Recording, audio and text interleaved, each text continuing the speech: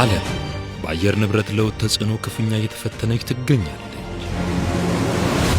ከብቶቻችን እዚህ ጋር እየሞቱ ውሃ አጥተው አርሶ አደሮች በጣም እየተጎዳ ነበር። በዚህ የሚወርድ ጎርፍ በርካቶች ተሰደዋል።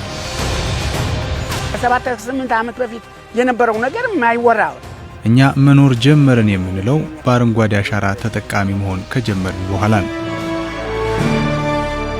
አገር እየለበሰች ነው። ለማገዶ የሚደረገውን ጭፍጨፋ መቀነስ በመቻላችን ልብሷ ምግብ ነው። ብዛት አለኝ እኮ ገና ማአት እኮ አልደረሰንም እኮ ወደዛ። አሁን እኛ የሌለ ምርት አምጥቶልናል። ተፈጥሮን መጠበቅና መንከባከብ ከጦር ሜዳ ጀብዱ ያልተናነሰ ጀግንነት ነው።